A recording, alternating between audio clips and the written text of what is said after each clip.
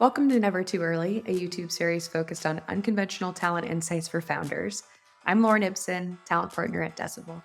In each episode, we'll cover the top 5 commonly asked questions that we get from founders building their organizations for the very first time. It's never too early to learn from the best. I'm super excited to introduce my guest today, Yuriy Timen. Yuriy was the global head of marketing and growth at Grammarly and is now a full-time growth advisor, having worked with more than 30 tech companies in the past 4 years, including Canva, Airtable, Whimsical, Otter AI, Oyster, Flow Health, and many, many more. He's also been an incredibly helpful growth advisor and friend to the Decibel portfolio. So I'm very excited to welcome my guest, Yuriy, to the show. All right. Thank you for being on the show. Of course. Thanks for having me. My pleasure. So I'm super excited to have you here and talk about all things growth. I just gave an overview of your incredibly impressive professional background, but it would be super helpful if you could give the listeners something fun about you. Okay, so here's one that no one saw coming.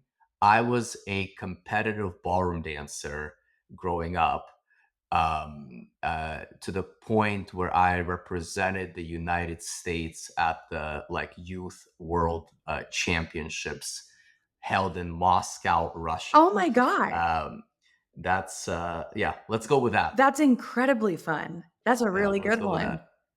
Yeah, I don't know Yeah. if you can beat that with anything else. Yeah, just putting it out there. Okay. Okay, so let's talk about growth and the 5 most commonly asked questions that I get from founders that are scaling their organizations for the very first time. We'll start with the first question that I get, which is, how do I find my growth engine as a founder? What I like to tell founders is start by uh, figuring out which way the current is flowing, or currents, maybe every current representing a growth hypothesis or a growth channel, and try to swim with the current as opposed to against the current. So, um, I think every founder should first start with understanding uh, the potential that they have for growing organically, right? Like you can turn to paid down the line, but you have to already be generating revenue. You have to understand your LTVs. You have to understand your payback periods if you want to do paid effectively, right? And there's nothing wrong with paid. I actually come from a paid background, a performance marketing background and foundation, but always start with organic. And really, there are two, I would say, or let's call it three, but really two kind of direct response organic growth levers that you can pull. One of them is around product led growth. Like, can you generate enough word of mouth, enough kind of viral loops, sharing behavior, or what's traditionally called product led growth? And the other one is SEO. And I think that there is almost like a checklist, a type of exercise that you can do with figuring out if your product is a good fit for either product virality and or for SEO. Maybe I won't go into those checklists in this session, but I think you absolutely got to start there, because if your product has inherent network effects or it's inherently viral, I don't know, think Spotify, for instance, right? Or Riverside, even, to to bring it closer to home, where okay, you have a podcast, I'm a guest. If I ever want to start my own podcast, right, like there is a viral loop right there. So it should be easy for me at the end of this at the end of this recording. It should be easy for me to be like, oh, this is how I create my own account and become a podcast host myself. So if your product lends itself naturally to virality, lean into it heavily, right? Because that is a rare advantage, right? I've worked with a lot of products that have tried to manufacture virality. That's very difficult to do if your product is not inherently viral. Like, for instance, Grammarly in the early days, uh, it wasn't an inherently viral product. It's like editing your writing was largely a solo pursuit. It wasn't a collaborative activity.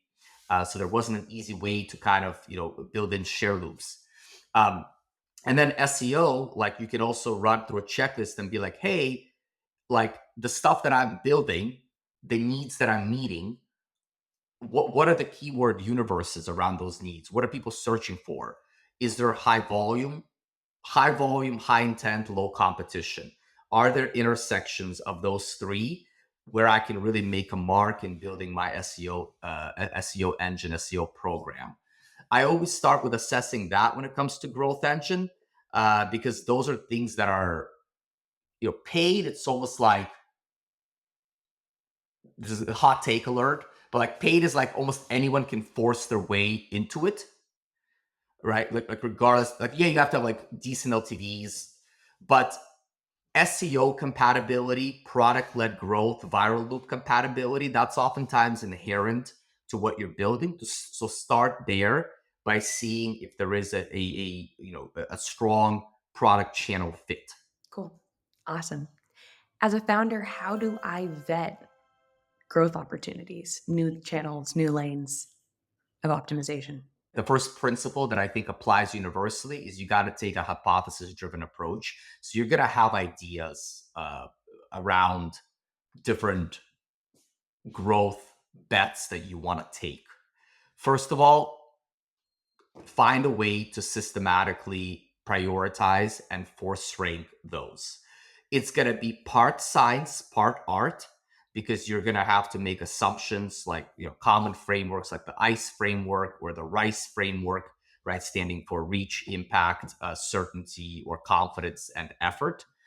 Uh, do something like that. It's less important that you score every idea accurately, because you won't score with precision, but it's important that you build the muscle of just not jumping on the newest idea or the idea that maybe the most charismatic person pitched, right? Like that's not how ideas should rise above other ideas that you want to test, right? So yeah, you have a great idea and you pitched it very eloquently. Okay, it goes in the backlog, it gets scored, right? And then the things that rise to the top and everything in that backlog needs to have a strong hypothesis tied to it. So everybody who's putting ideas in your backlog, they should be held to that standard where an idea is not an idea until you describe the underlying hypothesis on why you think it should work.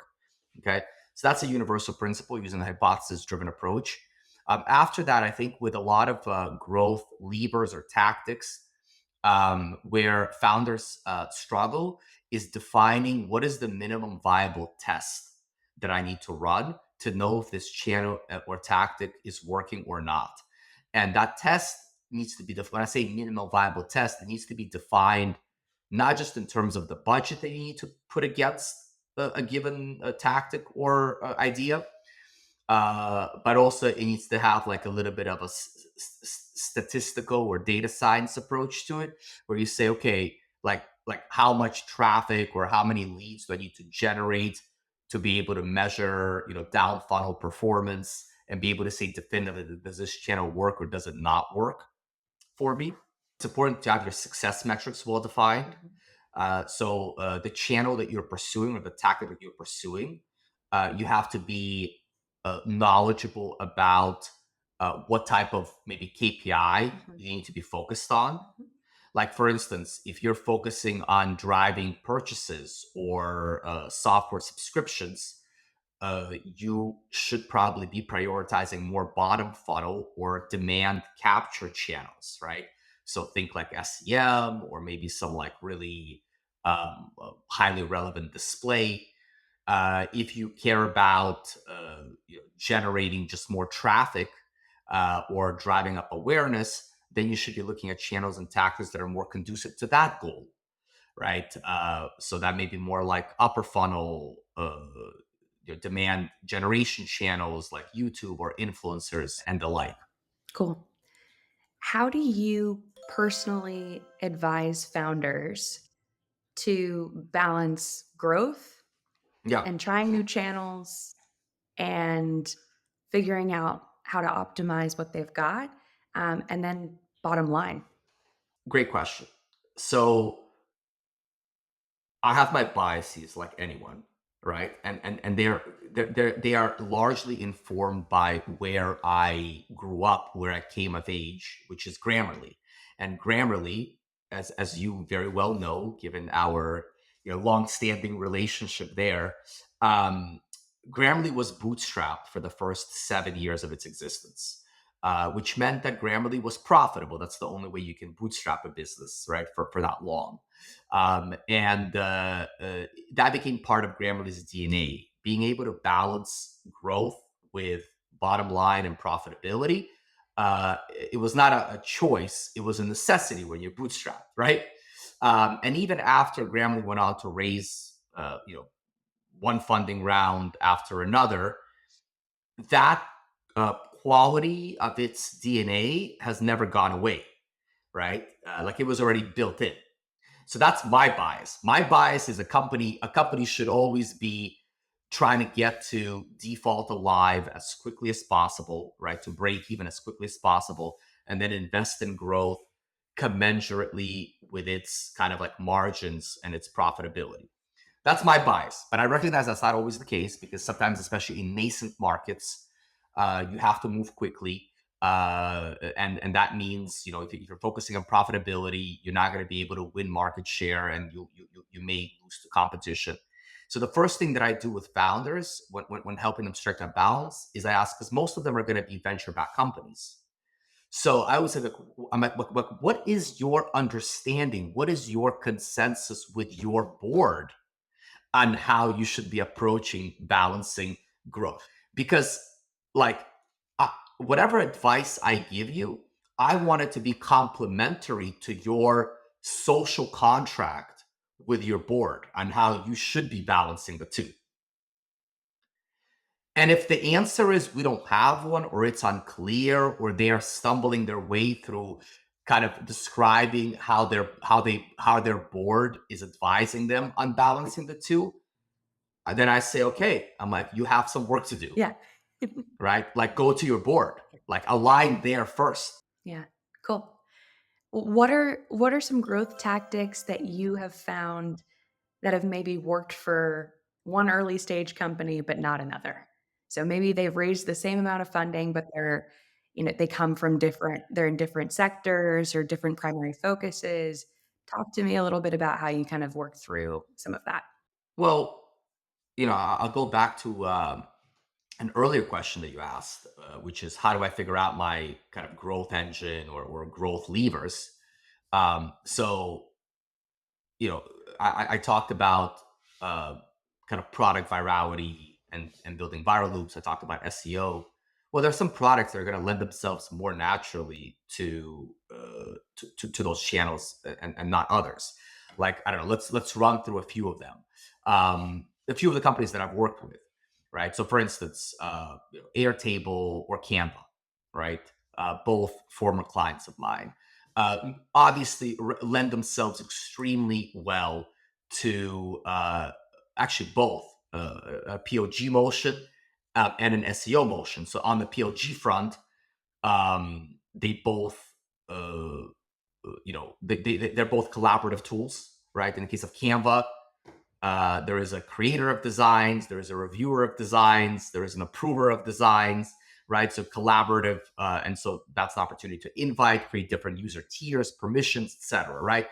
Airtable, similar. There are creators of bases, reviewers of bases, commenters, etc. So again, an opportunity to build in all those viral loops. On the SEO front, Canva, people search for all type of long tail design or graphics searches, right? Like, I don't know, like same sex wedding invitation, Hawaii theme, you know what I mean? And like that is like, and Canva will be there with their long tail programmatic SEO page, right?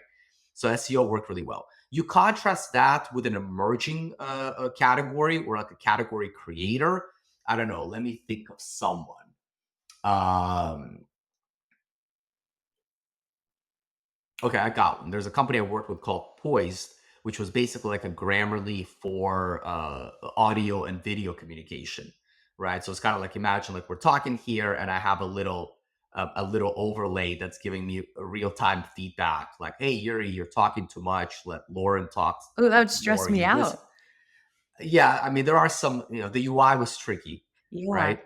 The UX was It tricky. I feel like it would tell me to, like, lower the octave of my laugh. It probably would. But no, I didn't mean it like, no, I love your laugh. I just mean like We're actually they ending the did, episode now. I'm just kidding. yeah. They did they did get pretty sophisticated Yeah. with tone, intonation, um nonverbal cues, like they would be like, but anyways, that was a complete category creator, and Yeah. so there wasn't as obvious of an opportunity to lean on SEO, Mhm. because it's like, what are people searching for? Mhm. Are people searching for a real time Zoom communication coach? Mhm. No, right? So that's an example of a product that didn't lend itself to the same channel. Right. On the performance marketing front, it's pretty easy for me to come in. I can, like, in 15 minutes, if they have all their data, in 15 minutes, I can help them figure out if they should go heavy into performance marketing or not. I ask like 5 questions, like, what's the conversion rate from website visit to, like, sign up? What's the conversion rate from sign up to purchase? What is your average order value on your purchase? What is your projected LTV? What is your split between your monthly subscribers and annual subscribers? Like, I have like a little checklist that I go through, and based on the answers, I can be like, yeah, you know what? You can find a lot of success in the following performance marketing channels. Go after them. Or it's like, hey, you're not up to par on the following metrics. Bring the conversion rate up to here, get your average order value up to here. Then you should be testing performance marketing. So there'll be some companies, some founders I work with, well, they already have the right sort of ingredients, the right inputs, and I'll say, hey, you should absolutely be leaning into paid. And there'll be others who I'll say, no, you got work to do. Talk to me a little bit about where you feel like it makes more sense to have someone like yourself come in a fractional or advisory capacity Yeah, as opposed to having someone come yeah, in a full-time yeah. role. So I would say some of the biggest reasons you may want to bring on fractional as opposed to hiring someone full time. Okay. Number one, this is focusing on me. You want access to a certain caliber of talent that you don't think you either can recruit full time right now or have the surrounding resources to actually make use of them. Like, I'll oftentimes come in doing half a day a week with a Series A company where they wouldn't know what to do with 100% of me, because of how much leverage I would be trying to create, and they wouldn't have the eng resources, the design resources, the anything resources, right? So that's one rationale for hiring fractional. You want access to a certain caliber of talent, and you just don't think that you need or can make use of the full-time equivalent of that caliber of talent. Okay. Number two, you think you need somebody in a certain role, but you're not confident what is the exact profile of the person you need to hire, and you need help figuring out that profile. You bring on someone fractional like me, not only am I helping you stand up a function or take the function to the next level, I'm helping you calibrate on who you need to hire in my place as your full-time hire. And sometimes in my case, I actually will help you make that hire, right? So it's sort of this idea of like, I don't know exactly who I need in this role. So if I'm a founder who've never hired a head of growth, how do I know, what to look for, right? And okay, three, you don't know if this competency or channel is going to work for your product. Mm. Like, let's take like affiliate marketing, for Mhm. instance, right? Uh, I think it could work. How do I test that channel effectively? Well, I have three options to test that channel effectively. Number one, get someone on my team already today who probably doesn't know the channel, but maybe they're tangentially related, and be like, hey, so and so, like, take a stab at this channel. Yeah. Could work, but usually if you're dealing with that kind of situation, chances are the person you're asking is already wearing like 100 hats, and you're trying to throw on 101st hat on them, Yes. right? So it may not work. Second option, go and hire full time. Be like, okay, I think affiliates could work. We're hiring an affiliate marketing manager. You have to take the channel 0 to 1. We're okay, high risk, Yeah. right? Yeah. You're going to spend a lot of time looking for this person, and you haven't even validated the channel. Mhm. This is where fractional comes in. Why not hire someone who knows the affiliate channel well, Mhm. who could spend a day, 2 days a week? You're not committing to long-term employment. Yeah.